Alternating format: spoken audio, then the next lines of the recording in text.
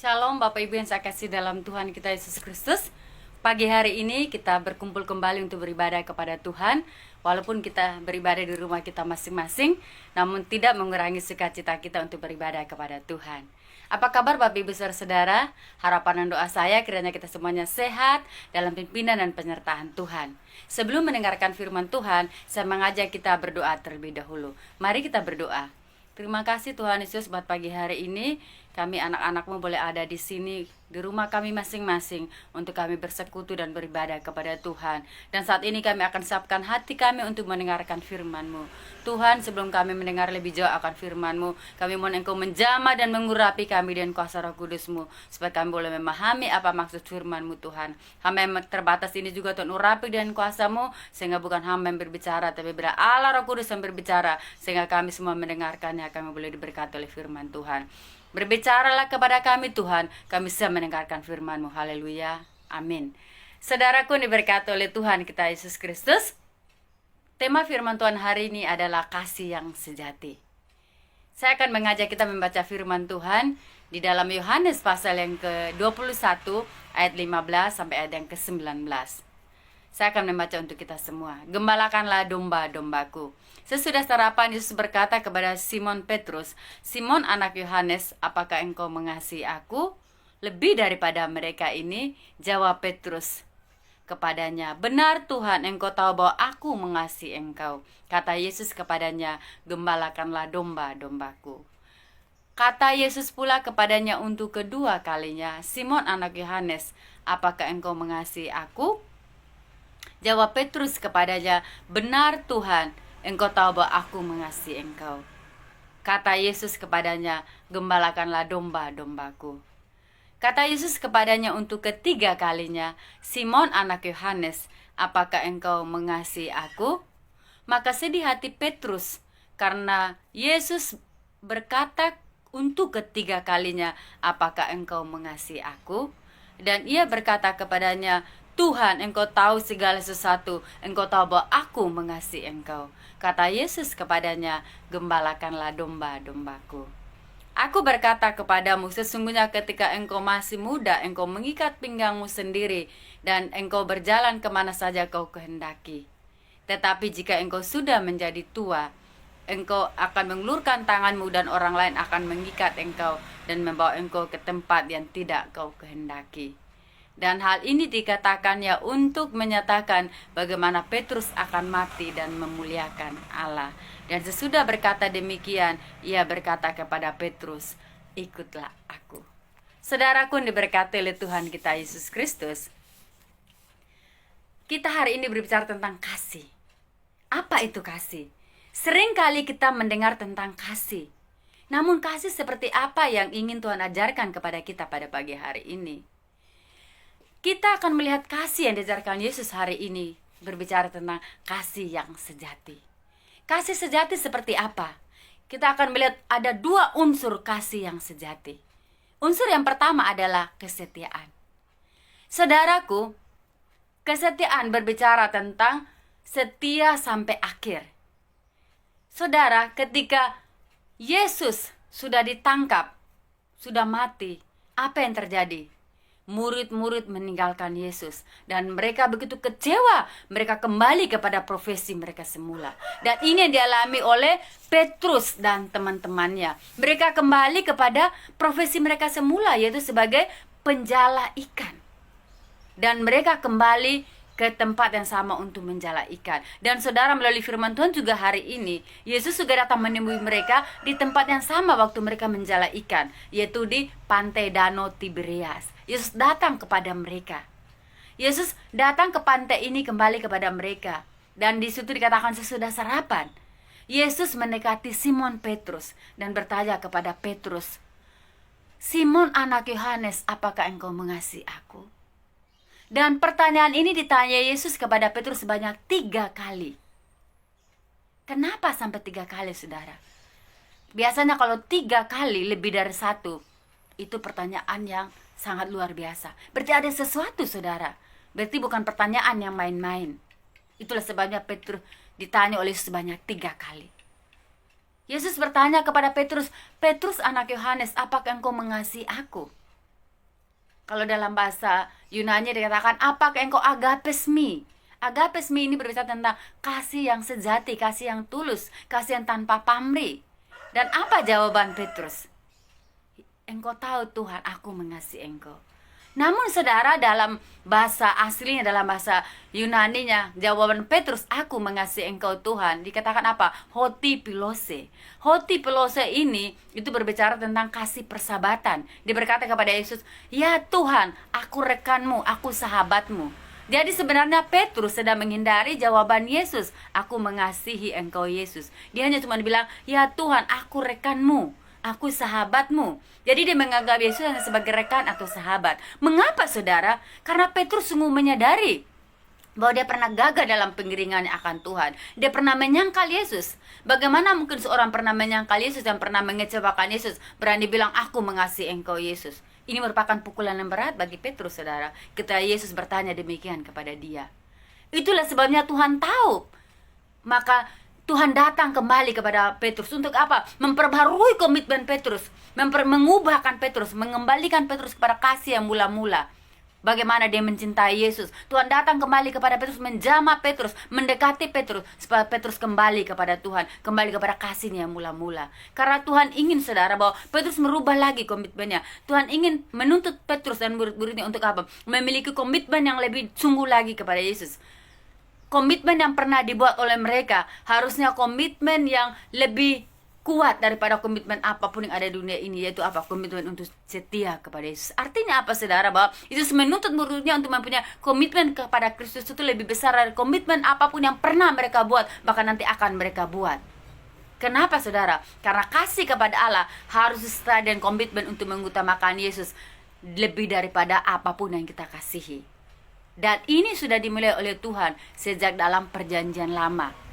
Yesus mengikat janji dengan umat-umat pilihannya. Dan hal yang sama juga Tuhan tuntut untuk Petrus dan murid-muridnya untuk mengasihi dia lebih daripada apapun juga. Itulah sebabnya Tuhan datang menemui Petrus. Tuhan bertanya kepada Petrus, Petrus, apakah engkau mengasihi aku lebih daripada mereka ini? Dan saudara tahu jawaban Petrus pertama dan kedua sama, saudara. Ya Tuhan, aku mengasihi engkau. Hoti pilose, masih sekedar kasih persahabatan. Aku rekanmu Tuhan, aku sahabatmu Tuhan. Dia menghindari jawaban, aku mengasihi engkau. Karena Petrus sungguh menyadari, saudara. Itulah sebabnya Tuhan ingin merubah kembali Petrus, merubah komitmen Petrus, membuat Petrus kembali kepada kasihnya yang mula-mula. Kembali bagaimana dia begitu cinta kepada Tuhan, dia menjadi pelayan Tuhan. Tuhan datang mengetuk Petrus. Tuhan datang kepada Petrus, ingin menjamah Petrus kembali. Sebab apa? Petrus kembali kepada kasihnya yang mula-mula untuk mencintai Yesus, untuk kesetiaannya kepada Tuhan, untuk dia tetap setia mengiring Yesus, setia mengikut Yesus. Saudaraku yang saya kasih dalam Tuhan kita Yesus Kristus, Petrus pernah gagal dalam pengiringan akan Tuhan. Petrus pernah menyangkal Yesus. Petrus pernah meninggalkan Tuhan. Padahal sebelumnya, saudara, Petrus itu pernah berjanji sama Tuhan. Waktu Yesus berkata kepada mereka sebelum dia ditangkap, kamu semua ini akan tergoncang imanmu. Tapi apa yang dikatakan oleh Petrus? Tidak Tuhan, sekalipun mereka ini tergoncang imannya, sekali-kali aku tidak. Sekalipun aku harus masuk penjara karena engkau, aku rela Tuhan. Namun apa yang terjadi, saudara? Ketika Yesus ditangkap, semua murid meninggalkan Yesus, dan Petrus mengikuti diam-diam dari belakang. Namun ketika sampai di tempat di mana Yesus ditangkap, dia akan diadili, saudara. Ketika diketahui oleh orang-orang di situ, yaitu hamba yang ada di situ berkata, oh ini orang salah satu juga murid Yesus. Apa yang dikatakan oleh Petrus? Oh, aku tidak tahu apa yang kau katakan. Dia pura-pura nggak tahu, saudara. Ketika orang lain lagi melihat di hamba lain, melihat betul ini Petrus ini juga salah seorang dari mereka, dia salah satu anggota mereka. Apa yang dikatakan oleh Petrus? Aku tidak kenal, aku nggak tahu apa yang kau katakan. Bahkan sampai 3 kali, saudara. Orang ini juga adalah pengikut Yesus, itu ketahuan dari logatnya, dari gaya bahasanya. Tapi apa yang dikatakan oleh Petrus? Aku tidak kenal orang itu. Wah, luar biasa dia menyangkali, saudara. Bahkan di kitab yang lain berkata bahwa sampai dia bersumpah dan mengutuk tidak mengenali Yesus. Itulah dasarnya, saudara. Padahal awalnya dia pernah berjanji sama Tuhan. Namun kesetiaannya kandas tengah jalan. Kandas karena ketakutan, kandas karena himpitan saat itu. Dia takut kepada orang yang banyak. Dia takut juga mengalami nasib yang sama seperti yang dialami oleh Yesus, karena dia adalah murid Yesus, sehingga dia juga takut. Itulah sebabnya saudara, ketika Yesus datang kembali kepada Petrus, Tuhan ingin merubah komitmen Petrus, merubah supaya Petrus menjadi seorang Petrus yang setia mengikut Yesus, setia melayani Yesus, setia menjadi pengikut Yesus. Dan pertanyaan Yesus kepada Petrus sebanyak 3 kali itu pula, itu menembus penyangkalan Petrus sebanyak 3 kali. Tuhan ingin merubah Petrus, saudara. Dan sampai di pertanyaan yang ketiga dan di jawaban yang ketiga pula, Petrus bilang apa? Benar Tuhan, Engkau tahu isi hatiku. Dan Yesus berkata kepada dia, gembalakanlah domba-dombaku. Saudaraku, diberkati oleh Tuhan. Hal yang sama juga Tuhan ingin katakan kepada kita pada pagi hari ini. Anakku, apakah engkau mengasihi aku? Ketika Yesus berkata demikian kepada kita, bertanya kepada kita, apakah engkau mengasihi aku? Apa jawaban saudara dan saya pada saat ini? Apakah kita berkata, ya Tuhan, aku mengasihi engkau? Namun ada buktinya, saudara. Benar nggak kita kasih Tuhan? Buktinya apa? Benar nggak kita setia kepada Tuhan? Setia dalam hal apa? Setia dalam hal kita apa? Mengasihi Tuhan, bersekutu dengan Tuhan, membaca firman Tuhan, berdoa kepada Tuhan. Saudara, kalau kita berkata bahwa Tuhan, aku mengasihi engkau, aku sungguh-sungguh kepada Tuhan, aku menjadi pengikut Yesus. Tapi kalau kita berdoa saja malas, kadang kita ingat, kadang kita lupa, apalagi kalau sudah ngantuk, udah capek. Atau kita membaca firman Tuhan aja kita malas. Apakah kita pantas kita berkata, Tuhan, aku mengasihi engkau? Atau kita ke gereja pun cuma sekedar rutinitas. Apakah itu pantas dikatakan kita mengasihi Tuhan? Saya ragu, saudara. Kalau dikatakan bahwa Tuhan, aku mengasihi engkau Tuhan, itu dibuktikan dengan kerinduan yang sungguh-sungguh beribadah kepada Tuhan. Setia kepada Yesus, setia mengikuti sampai akhir hidup kita, saudara. Tidak tergoyahkan oleh apapun. Jangan sampai awalnya kita setia, namun di tengah jalan kandas kesetiaan kita oleh karena pergumulan. Banyak hal yang bisa membuat orang meninggalkan Tuhan, saudara. Karena kesulitan ekonomi, karena pergumulan, sakit penyakit. Mungkin sudah berdoa lama, dia tidak sembuh-sembuh, akhirnya apa? Kecewa, dia meninggalkan Tuhan. Kecewa, dia berpaling daripada Tuhan. Atau juga karena pasangan hidup, karena laki-laki yang ganteng tega meninggalkan Tuhan. Karena suami yang yang kaya yang tidak seiman, dia rela meninggalkan Tuhan. Atau karena apa lagi, saudara? Karena harta, kedudukan, jabatan, rela menyangkal Yesus, rela menjual imannya. Saudaraku, apakah ini pantas dikatakan orang yang mengenal Tuhan? Saya rasa tidak, saudara. Kalau saudara katakan, saya mengasihi Tuhan, saya setia kepada Tuhan, buktikan kesetiaanmu apa? Dari awal sampai akhir hidup kita, kita setia mengikuti Yesus, setia mengiring Yesus, sebagaimana Yesus setia kepada kita. Saudara, Yesus setia bagi saudara dan saya. Dia setia mengasihi saudara dan saya. Dia tidak pernah meninggalkan kita. Dan hal yang sama juga Allah tuntut daripada kita, untuk kita mencintai dia dengan sungguh-sungguh, dengan sepenuh hati kita. Biar Tuhan mendapati kita tetap setia dalam pengiringan kita akan Tuhan. Amin. Makanya ada lagu dikatakan, biarlah ku setia, kiranya ku setia, hidup dan melayani engkau seumur hidupku. Biarlah ku setia, kiranya ku setia, sampai ku terima mahkotaku, kehidupan kekal. Setia sampai menerima mahkota yang kekal. Amin. Tuhan ingin kita setia mengiring Yesus sampai akhir hidup kita, sampai Tuhan datang kedua kali menjemput kita, kita didapati setia. Amin. Jangan pernah meninggalkan Yesus, jangan pernah tinggalkan Tuhan karena apapun, tapi setialah kepada Tuhan karena upah yang kekal, mahkota surgawi tersedia bagi saudara dan saya yang setia kepada Tuhan. Amin. Itu bukti kasih kita kepada Tuhan, yaitu setia kepada Tuhan. Bukti kasih yang kedua kita kepada Tuhan yaitu apa? Rela berkorban. Rela berkorban apa? Seperti yang dikatakan oleh firman Tuhan hari ini, ketika Yesus datang kepada Petrus, Petrus, apakah engkau mengasihi aku? Pertanyaan ini Tuhan tahu bahwa Petrus akan setia kepada Tuhan, akan rela berkorban bagi Tuhan. Karena apa? Karena Tuhan sudah terlebih dahulu memulihkan Petrus. Tuhan sudah mengembalikan Petrus kepada kasihnya yang semula-mula. Itulah sebabnya Tuhan datang kembali di pantai Danau Tiberias, pantai yang sama di mana Tuhan pernah memanggil dia dari penjala ikan. Tuhan ingin merubah kembali komitmen Petrus kepada semula. Sebab apa? Dia setia lagi mengiring Yesus. Dia berkorban untuk Tuhan. Dan betul saudara, kesetiaan Petrus itu tuh dia nyatakan kepada Tuhan. Dia rela berkorban untuk Tuhan. Saudara tahu dalam pelayanan Petrus, dia begitu luar biasa berapi-api dalam melayani Tuhan. Dia begitu semangat. Bahkan dikatakan dalam pelayanannya aja 3.000 jiwa loh bertobat. Sekali dia berkhotbah, kemana-mana dia begitu berapi semangat melayani Tuhan. Dia tidak takut kepada apapun, kepada para pemimpin, imam besar, penguasa-penguasa itu, siapapun dia tidak takut saudara. Bahkan di akhir hidup Petrus, dia mati untuk Tuhan. Matinya seperti Yesus itu disalibkan. Namun Petrus tidak ingin seperti Yesus. Dia minta kepalanya di bawah, kakinya di atas. Itu bukti bahwa benar-benar Petrus rela berkorban untuk Tuhan. Dan saudara tahu, Petrus dikenal sebagai orang nomor 1 di Roma. Bahkan ada gereja di Roma yang terkenal, yaitu gereja Santo Petrus. Itu menceritakan bagaimana benar-benar kesetiaan Petrus kepada Tuhan. Bagaimana dia rela berkorban untuk Tuhan. Karena apa? Karena cinta. Cinta mengikatkan Petrus kepada Tuhan. Cinta yang sama juga harus mengikatkan kita kepada orang yang kita cintai. Saudaraku, hal yang sama juga Tuhan ingin tanyakan kepada kita. Apakah kita rela berkorban untuk Tuhan? Berkorban apa? Berkorban apa saja yang kita bisa lakukan untuk Tuhan? Berkorban hidup kita untuk kita melayani Tuhan.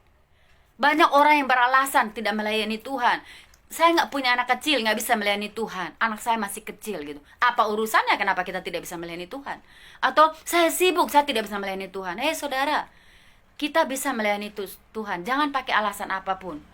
Tuhan sudah rela berkorban untuk kita. Dia mati dan memberikan nyawanya. Dia tidak hitung-hitungan untuk saudara dan saya. Dia datang ke dalam dunia mencari saudara dan saya. Dia rela memberikan nyawanya satu-satunya. Firman Tuhan katakan bahwa Ia yang tidak menyayangkan anaknya, Dia memberikan untuk saudara dan saya. Bahkan dikatakan firman Tuhan, karena begitu besar kasih Allah akan dunia ini, Dia mengaruniakan anaknya yang tunggal bagi saudara dan saya. Artinya apa? Bahwa Yesus rela melakukan apa saja karena Dia mengasihi saudara dan saya. Nah, bukti kita juga mengasihi Tuhan. Kita juga harus rela untuk mengasihi Tuhan, rela melakukan apa saja yang bisa kita buat. Tidak harus saudara berkhotbah, tapi rela melakukan apa yang bisa saudara buat. Dengan apa? Engkau mengambil bagian dalam pekerjaan Tuhan. Melayani Tuhan dengan apa saja, tenaga kita. Misalnya kita bisa menjadi pemimpin pujian, kita bisa menjadi pengantar persembahan. Bahkan kita yang tidak bisa melakukan itu, kita bisa menjadi pendoa. Kita bisa menjadi apa? Memberikan uang dan harta kita bagi yang punya uang dan harta. Saya lihat juga banyak di gereja, ada orang yang punya ini berkat yang lebih. Mereka bisa memberi untuk Tuhan, memberi untuk pekerjaan Tuhan, memberi untuk pelayanan Tuhan, memberi untuk hamba-hamba Tuhan. Dan itu luar biasa saudara. Itu adalah bentuk kasih kepada Tuhan. Rela berkorban, dia memberikan uangnya, hartanya gitu. Dan ini bukti yang luar biasa sekali saudara. Ini bukti bahwa kita mencintai Tuhan. Jangan kita bilang saya mencintai Tuhan, tapi gak mau berkorban untuk Tuhan. Berdoa aja kadang kita malas gitu. Ke gereja aja kadang kita ogah-ogahan gitu. Saudaraku, seorang ibu yang punya anak, apalagi anak balita, saya rasa nggak bisa tidur kalau nggak bisa tidur nyenyak karena anaknya masih kecil. Saya saudara mengalaminya. Saya nggak bisa tidur tenang kalau anak saya belum tidur nyenyak. Apalagi kalau anak sakit saudara, saya bisa bergadang, rela sampai bergadang. Karena apa? Takut anak ini kenapa-kenapa gitu. Itu orang tua loh saudara. Apalagi Yesus yang sangat mengasihi saudara dan saya. Dia rela melakukan apa saja. Dia memberikan nyawanya karena dia mencintai kita. Nah, hal yang sama juga Allah inginkan terjadi dalam hidup kita. Mari kita mengasihi Tuhan yang sungguh-sungguh. Kasihilah Tuhan yang sepenuh hati kita. Jangan setengah-setengah. Apa yang kita bisa buat bagi Tuhan, lakukanlah itu dengan setia. Lakukan itu dengan kesungguhan dan sungguh-sungguh kepada Tuhan. Saudaraku, saudara yang pernah jatuh cinta, ya, yang pernah muda, pernah pernah merasakan yang namanya cinta. Apa yang saudara lakukan? Kalau saudara bilang saudara mencintai pasangan saudara, saudara akan rela melakukan apa saja, betul? Contoh misalnya saudara rela menunggu lama. Mungkin saudara yang punya misalnya pacar, laki-lakinya ada di Cibinong, pacar yang ceweknya di Jakarta. Tapi karena cinta, janjinya jam 2, dia bisa datang jam 1 udah nyampe loh saudara, atau jam 12. Karena apa? Karena cinta. Dia memperhitungkan waktu, tenaganya, capeknya. Tapi dia melakukan semuanya dengan semangat. Karena apa? Karena cinta. Gitu. Atau ada lagi orang rela berkorban untuk pacarnya. Dia memberikan semuanya untuk pacarnya gitu. Karena apa? Dia rela memberikannya. Karena apa? Karena dia cinta, saudara gitu. Bahkan ada orang yang karena sakit cintanya, dia rela memberikan loh apapun yang diminta oleh pacarnya. Karena apa? Karena cintanya, saudara. Bahkan saya dulu ini teman pernah ada bercerita, Saking dia cinta sama pacarnya itu, dia kejar-kejar pacar kemanapun gitu. Dia nggak pikir mau panas, capek, hujan pun kemana pacarnya dia kejar, saudara. Karena apa? Karena saking dia cintanya, saudara. Dan puji Tuhan akhirnya dia dapat juga. Dia kejar gitu loh. Nah itu apa? Bukti cinta, saudara. Dia kejar orang yang dicintai. Nah kita juga kalau kita bilang kita cinta sama Tuhan, kejar Tuhan, cari Tuhan lebih sungguh-sungguh lagi, lebih dalam lagi. Jangan main-main dalam pengiringan akan Tuhan, saudara. Rela berkorban untuk Tuhan. Apa yang kita bisa buat? Berkorbanlah untuk Tuhan gitu. Jangan main-main dengan Tuhan gitu. Kalau Tuhan kasih kita kesempatan, pakailah untuk kita melayani Tuhan. Pakai untuk kita beribadah kepada Tuhan. Selagi kita masih hidup, dikasih kesehatan, kasih kesempatan oleh Tuhan, mari kita melayani Tuhan. Ingat saudara, hidup di dunia ini cuma sekali gitu. Jangan sampai kita sia-siakan. Mari kita pakai untuk melayani Tuhan, setia mengikut Yesus, setia berkorban untuk Dia, berkorban waktu kita, tenaga kita, hidup kita untuk melayani Tuhan, sehingga melalui hidup kita nama Tuhan dipermuliakan. Amin. Saya mengajak kita semua, saudara, kalau hari ini Tuhan kembali katakan kepada kita, apakah engkau mengasihi aku? Apakah kita menjawab, ya Tuhan, aku mengasihi engkau? Apakah kita rela berkorban untuk Tuhan?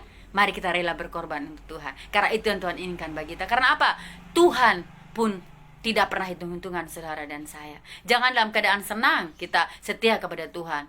Tapi Tuhan ini dalam situasi apapun, suka maupun duka, kita setia kepada Tuhan. Dalam sehat atau maupun sakit, kita setia mengiring Yesus. Amin. Entah kita diberkati ataupun tidak, kita setia kepada Tuhan. Amin. Itu bukti kasih kita karena kita mencintai Tuhan. Cinta Yesus lebih daripada apapun. Lebih daripada apapun yang ada di dunia ini. Lebih daripada apapun yang ada pernah ada.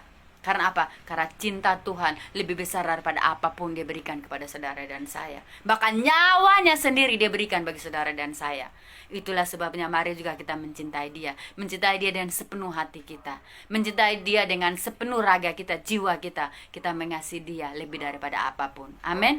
Biar firman Tuhan boleh memberkati kita. Firman Tuhan boleh menjadi kekuatan bagi kita supaya kita semakin mengasihi Tuhan lebih dan lebih daripada apapun juga di dunia ini. Biar firman Tuhan boleh memberkati kita pagi hari ini. Semangat, mari kita berdoa. Terima kasih Tuhan Yesus untuk firman-Mu hari ini.